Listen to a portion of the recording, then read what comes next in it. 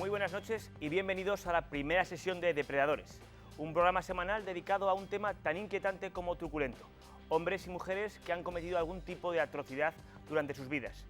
Empezaremos con famosos asesinos en serie que han dejado su sangrienta firma a lo largo de la historia, individuos que a su terrible modo han alcanzado la inmortalidad. Depredadores va a trabajar solo con hechos. Nace con la pretensión de, por un lado, comprobar hasta dónde puede llegar el ser humano en sus excesos, conocer un aspecto más de la naturaleza humana, y por otro, demostrar que la conocida premisa de que la realidad supera la ficción se ha cumplido siempre. No emplearemos la fantasía aquí. Todos los individuos de cuyas actuaciones y perversiones iremos hablándoles semana tras semana han vivido en nuestra sociedad o incluso todavía lo hacen. Daremos nombres y apellidos, su modus operandi, sus víctimas, lugares donde sembraron el horror más absoluto.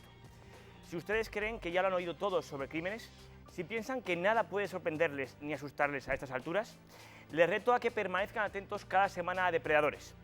Porque si aquí les hablamos de monstruos que fueron atrapados a lo largo de su carrera de pesadilla, ¿qué ocurre con aquellos que, camuflados bajo su apariencia de ciudadanos normales, siguen satisfaciendo sus apetitos de sangre? Ahora habría que hacerse las preguntas clásicas. ¿Conoce bien a sus vecinos? ¿Por qué siempre hay una luz encendida en la ventana de enfrente? Comienza Depredadores. Bienvenidos.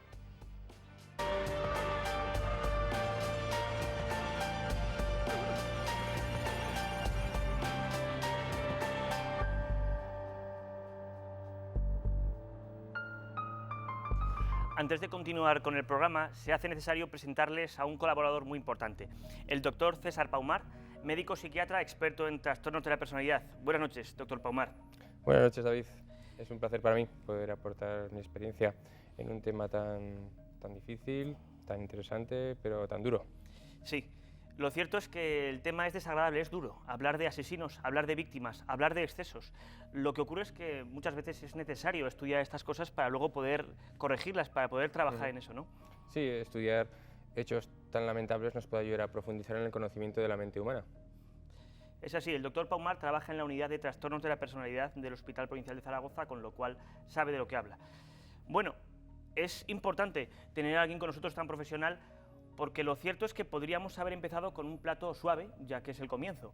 Sin embargo, hemos preferido entrar ya con un plato fuerte. Nuestro personaje de hoy se llama John Wayne Gacy. Es una persona que en los años 70 torturó y mató a más de 30 adolescentes, hasta que la comunidad vecina se dio cuenta y al final se le pudo arrestar. No crean que hablamos de un caso antiguo, sino que todo lo contrario. John Wayne Gacy fue ejecutado por fin en el año 94, poco más de 10 años. Es un psicópata del que luego hablaremos. Si les parece, vamos a ver lo primero de todo, la ficha de este criminal.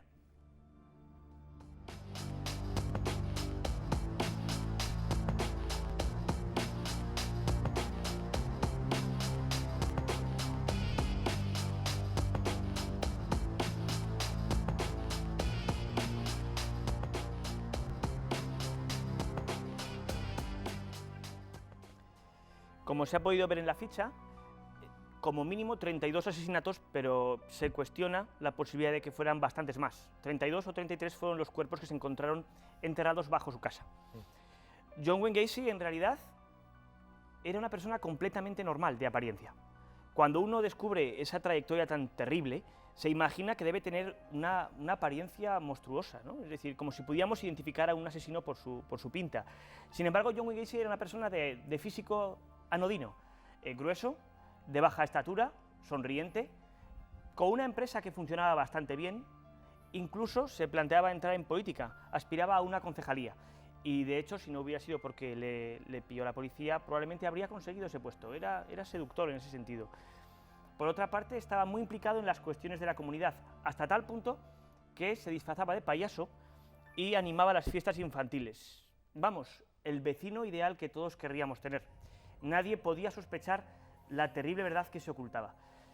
Un asesino en serie que torturaba con gran sadismo y ensañamiento a sus víctimas para acabar matándolas. ¿Esto siempre ocurre así? ¿Cómo es posible que tengan esta doble cara? Sí, pues uno de los datos que puede caracterizar al psicópata o a un trastorno de personalidad antisocial, como se denomina, como es el nombre técnico, pues esa capacidad para camuflarse, para engañar y para explotar y aprovecharse del resto de sus congéneres.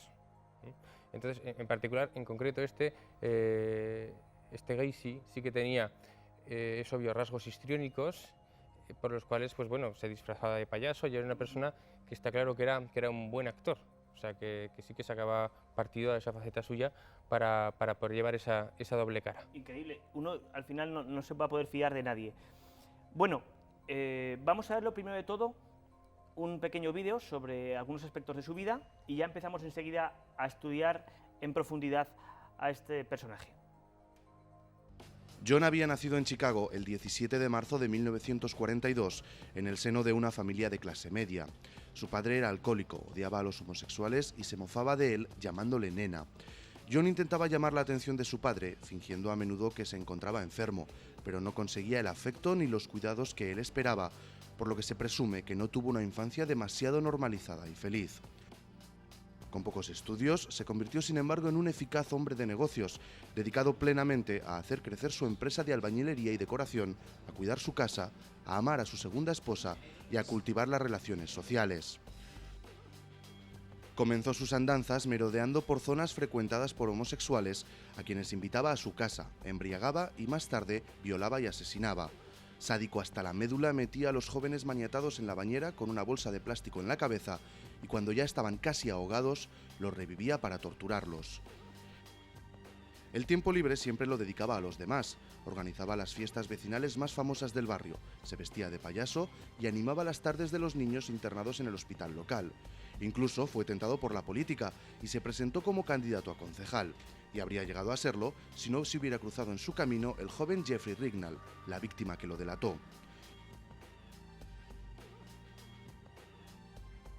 Vivió en una casa al oeste de la avenida Summerdale, a una cuadra de la calle Cumberland, en el suburbio de Norwood Park. La casa fue derrumbada por órdenes de las autoridades en 1979.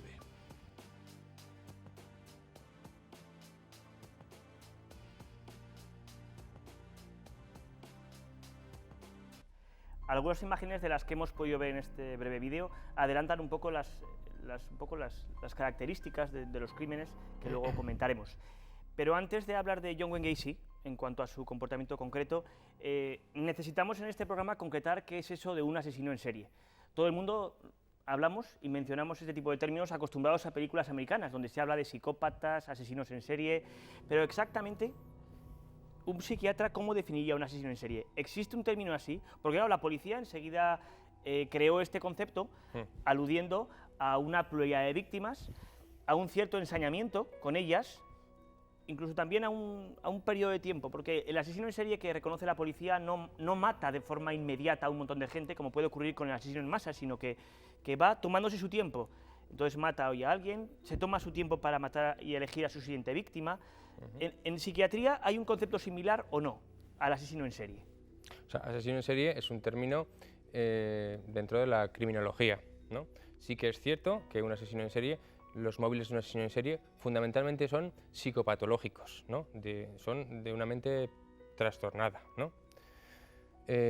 No obstante, la mayoría de esos trastornos no son considerados como verdaderas enfermedades mentales graves. Quiero decir, sí que hay un tanto por ciento de los asesinos en serie que son psicóticos, entiéndase psicóticos como los trastornos mentales más graves que hay, con las esquizofrenias, pero sí que son esquizofrenias suficientemente leves, porque una esquizofrenia grave, lógicamente, el nivel de funcionamiento de una esquizofrenia grave no le permite apenas manejarse en la vida como para hacer semejante canallada de asesinatos en cadena, ¿no? O sea, que por un lado, por concretar, lo que hablamos de asesino en serie no es un enfermo mental. El enfermo mental pues tiene sus propias dificultades, él sufre mucho, pero no es un peligro para la sociedad, ¿no? Sí.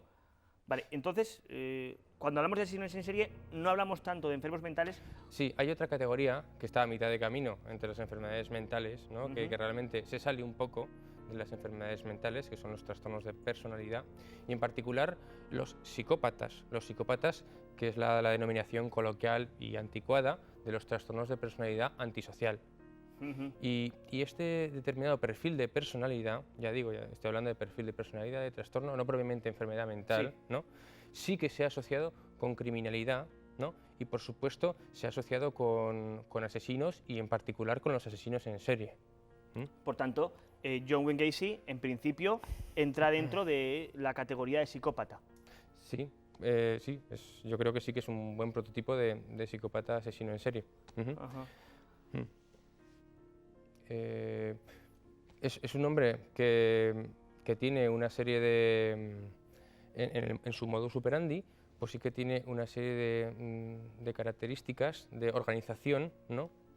Es un criminal organizado y realmente parte de sus móviles son, como típicamente en estos psicópatas, son hedonistas, o bien de disfrutar con lo que hacen, un placer perverso, o bien controladores, lo de que es controlar y someter y disfrutar con el dolor Ajá. de su presa. O sea que un psicópata no pierde el control, no es un enfermo, sino que realmente tiene unas apetencias, Ujú, las satisface sin ningún tipo de escrúpulo, ujú.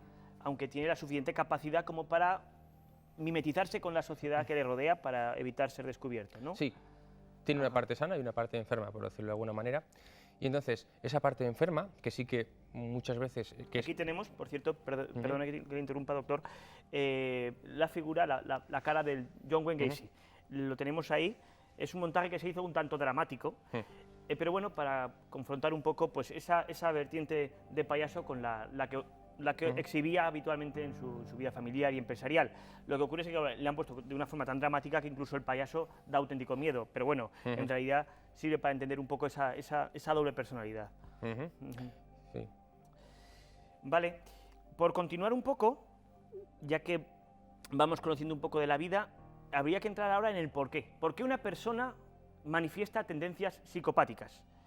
Se habla de que John Wayne Gacy tuvo una infancia no demasiado fácil, porque su padre era alcohólico, agresivo, había cierta violencia física en su casa, y a él, desde luego, como se ha visto en el vídeo anteriormente proyectado, pues se metía con él, lo llamaba nena, etc. En ese Ujú. clima de vejaciones, Sí. ¿puede haber un detonante para esa tendencia, como he dicho, psicopática? Sí, bueno, eso se ha visto claramente en los estudios. Hay una asociación entre las experiencias traumáticas infantiles, ya sea experiencias traumáticas, traumatismos físicos, de lesiones cerebrales, como traumatismos psicológicos fundamentalmente, ¿no? Que eso sí que son los más estudiados, ¿no? Es habitual ver en lo que son pacientes con un trastorno de personalidad y con otro tipo de trastornos psiquiátricos hechos traumáticos en la infancia del tipo abuso, maltrato ya sea por negligencia o por abuso directo, por abuso físico o sexual. Y esto, lógicamente, crea un daño en el desarrollo de las emociones de ese infante que luego se convertirá en un ser adulto. Ujú. Vale, está claro, por tanto, que la infancia influye. ¿Y las víctimas? Porque John Wayne Gacy iba siempre a por un perfil de víctima muy concreto, ¿no? Chicos jóvenes, bien parecidos. ¿Por qué? ¿Son siempre tan selectivos estos asesinos? Sí, pues porque... Aquí tenemos, por cierto, la matrícula, que podríamos decir asesina, la matrícula del coche, de la furgoneta que utilizaba John Wayne Gacy para ir a la caza de sus víctimas. En fin, supongo que por parte de muchos de ellos era lo último que veían, nunca volvían a salir a la luz. Pero bueno, continúo entonces con las víctimas. Sí, Sí, y vamos a hablar de la selectividad, ¿no? De la selectividad de las víctimas o de las presas, entre comillas.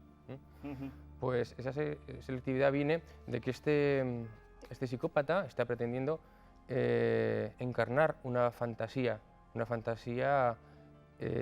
aberrante e insana, y en el caso de Gacy, lógicamente, una fantasía sexual sádica, ¿no? Y llevarla a la práctica, ¿no?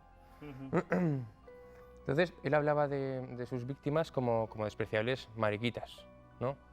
Y es claro entonces que este hombre no aceptaba sus impulsos homosexuales, su sexualidad homosexual, posiblemente fruto de eso, de su padre, de la forma en que su padre le había hecho ver esto. Pues este hombre tenía por una parte esas pulsiones sexuales, con la cual lógicamente pues buscaba chicos guapos, jóvenes guapos, pero por otra parte una parte suya odiaba eso, y entonces también desataba todo su odio y toda su ira, la exteriorizaba luego sádicamente con este pobre sujeto.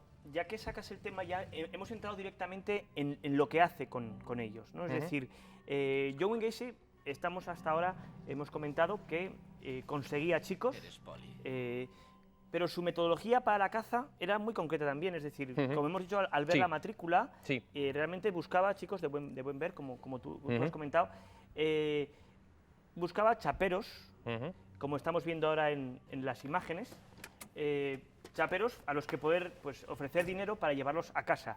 En la casa era el lugar donde, pues, con plena impunidad, podía llevar a cabo todos sus instintos, que tú has comentado. Los drogaba, como ahora vamos a ver en las imágenes de esta versión que se hizo en cine, les utilizaba cloroformo y para poder dejarlos completamente a su merced. Los llevaba a casa y una vez allí, pues para cuando ellos despertaban, se encontraban esposados, desnudos y en una especie de cobertizo que tenía John Wayne Gacy. Entonces, y ahí ya, hasta tal punto llegaba el sadismo de Gacy, que tenía la sangre fría de exhibir una colección de instrumentos de tortura y explicar su funcionamiento a la víctima, como diciéndole, pues mira, te voy a hacer todo esto, y para que ya te vayas un poco, vayas entrando en calor, pues y esto es lo que te voy a hacer, y encima al final era siempre el mismo, salvo uno en concreto que quedó con vida. Ujú. ¿Por qué este sadismo? Ya lo adelantabas, ¿verdad? Sí. Ese sadismo, esa especie de pulsiones que Sí, tiene... sí, sí. Aquí tenemos que hablar de la excitación sexual desviada o anómala, que es propia de asesinos sádicos y de delincuentes sexuales, que esto forma esto junto con la psicopatía, con el diagnóstico de trastorno antisocial de la personalidad, forma un cóctel letal ya estudiado y marcado por uno de los grandes autoridades en trastornos de personalidad, que es Hare, y que habla de un tipo de criminal sexual particularmente virulento y particularmente reincidente. Ujú. Entonces, estos componentes se ven. Posiblemente esta excitación anómala hace que la persona se excite donde los demás nos espantaríamos, nos inhibiríamos y nos entraría miedo. Esta persona se estimula sexualmente. O sea, esto incluso experimentalmente Sí. se ha probado, ¿no? Que ante escenas terribles, escenas sádicas y...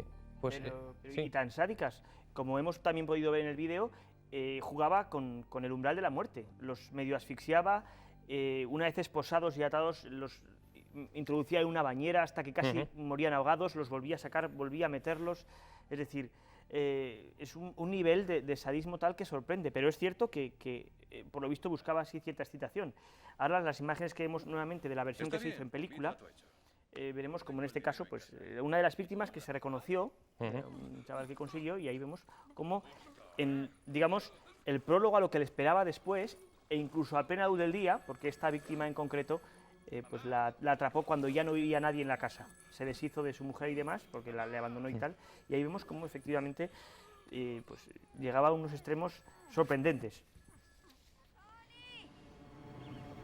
Lo que ocurre es que, como además vemos en el vídeo, que además se aprecia que está, como digo, actuando a plena luz del día, se va volviendo más osado. Vivía su madre en la casa, como ahí se ve, que aunque era una persona mayor que se enteraba de muy poco, pero sorprende la osadía. Plena luz del día, tampoco vive en la típica mansión aislada que se ve en las películas, vive en un vecindario bastante populoso, va perdiendo ese rigor, ese cuidado a la hora de extremar las precauciones. ¿Y esa osadía qué viene? Porque se está jugando ahí su supervivencia. Sí, pues yo lo analizaría desde dos puntos de vista. El primero, pues es que se va creciendo, que él ve que sus asesinatos van quedando impunes, él necesita más emociones, y un poco como el heroinómano, que cada vez necesita más dosis, esa búsqueda de sensaciones, pues hace que él cada vez vaya arriesgando más, ¿no? Arriesgando más. Y eso dentro de sus fantasías narcisistas, posiblemente cada vez se sentía claramente más omnipotente y más invulnerable. Entonces yo creo que eso le hacía sentir tan bien y llegó a perder en ese momento el control en algún momento, ¿no? Eso es una lectura. Otra lectura es que realmente llegó un momento en que necesitaba, que no era suficiente con hacer lo que hacía, sino que necesitaba que se supiese que lo había hecho él.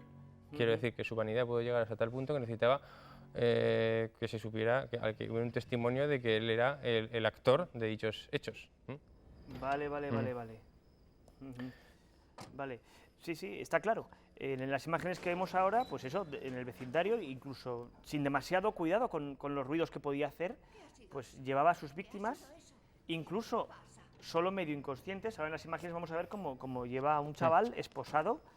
Es decir, lo que pasa es que, claro, las propias víctimas no sabían a lo que se enfrentaban y muchas veces su reacción era pobre para poder delatar, ¿no?, su presencia. Pero es tremendo, sí. Eso justificaría que dejase con vida a una de sus víctimas. Sí. La única víctima que dejó con vida y que fue a la postre la que, con sus denuncias y con su búsqueda, consiguió que la policía llegase hasta la casa de Gacy y fuese detenido. La verdad es que una vez que la policía identificó a Gacy y fueron a la casa, la reacción fue inmediata. No hubo que buscar mucho. En cuanto empezaron a rebuscar, encontraron ropas que eran demasiado pequeñas como para pertenecer al propio Gacy, pequeños adornos y anillos de colegio y, por supuesto, y como el síntoma más comprometedor, lo que calificaron como un hedor espantoso. Los cuerpos en putrefacción, bajo la casa, en múltiples rincones. Había llegado un momento en que ya no se podía ocultar aquello, ¿no? Es decir, y eso que Gacy había echado cal viva para intentar acelerar pues esa descomposición, pero la policía enseguida se dio cuenta de que allí pasaba algo muy serio y entonces rápidamente lo detuvieron y procedieron a hacer un registro de la casa. Ahí vemos algunas imágenes, la cocina, e incluso, bueno, arrasaron la casa. La policía empezó a desenterrar y empezaron a salir cuerpos como nunca habían visto. En Chicago, que es el lugar donde se llevaban a cabo estos crímenes, no tenían en la historia criminal algo tan espectacular en el peor de los sentidos. Vemos ahí la casa cómo quedó después del registro. La destrozaron por completo porque allá donde empezaban a rebuscar salían restos. Identificaron más o menos 32, pero se dice que todavía hay desapariciones por resolver y Gacy se negó en la cárcel a dar más datos sobre el paradero de esos cadáveres. El juicio no fue rápido. Si tenemos en cuenta que estamos hablando del año 79 y que en el 2004 fue cuando se le ejecutó después de años de estar ahí en el corredor de la muerte, la cosa fue complicada. Los abogados defensores insistían en que era un enfermo, en que había tenido un cierto trastorno y que no sabía muy bien lo que hacía, pero eso, doctor Paumar, no prosperó, ¿verdad?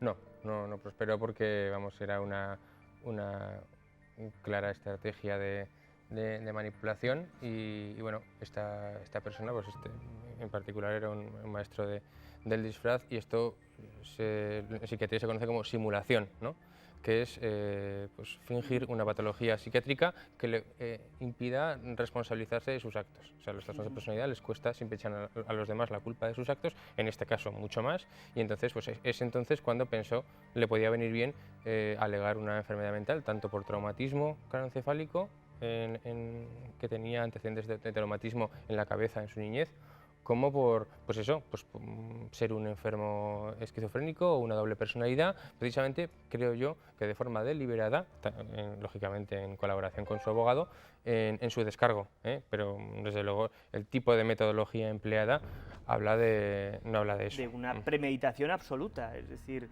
es imposible que pueda aducir que no sabía lo que hacía cuando espiaba a las víctimas, comprobaba todo sobre ellas, etcétera. Es imposible. Hemos de recordar que sus víctimas estaban muy bien escogidas. Lo que buscaba Gacy eran chicos cuya desaparición no levantase sospechas. Por eso hemos dicho antes que eran chaperos, chicos escapados de casa, jóvenes sin familia que buscaban trabajo. Él se lo ofrecía en la empresa para acabar llevándolos a la casa y terminar con ellos y torturándolos.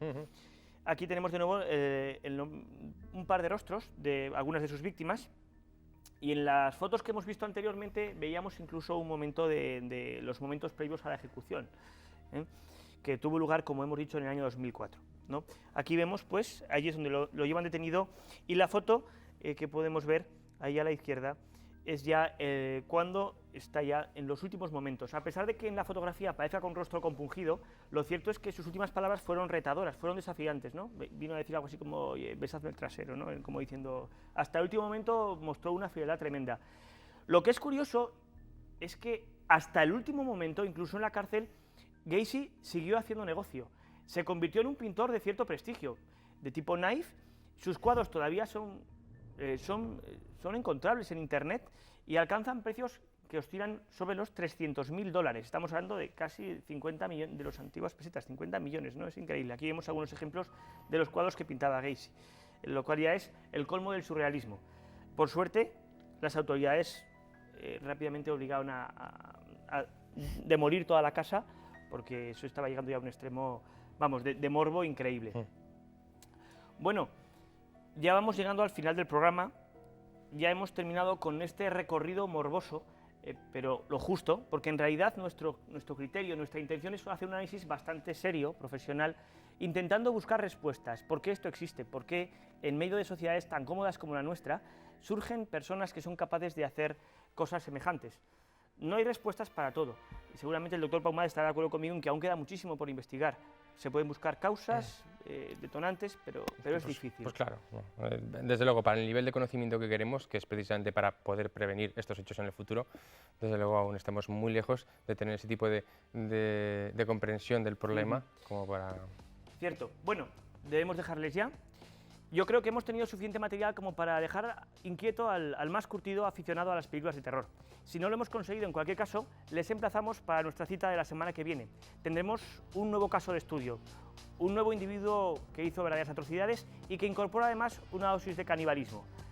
Cierto, también en Estados Unidos parece la patria de buena parte de los psicópatas. Nada más por hoy. Muy buenas noches, si pueden dormir tranquilos y, como hemos empezado diciendo, cuidado con el vecino de Ryan. ¿Lo conocen bien? Buenas noches, como digo, y hasta la semana que viene.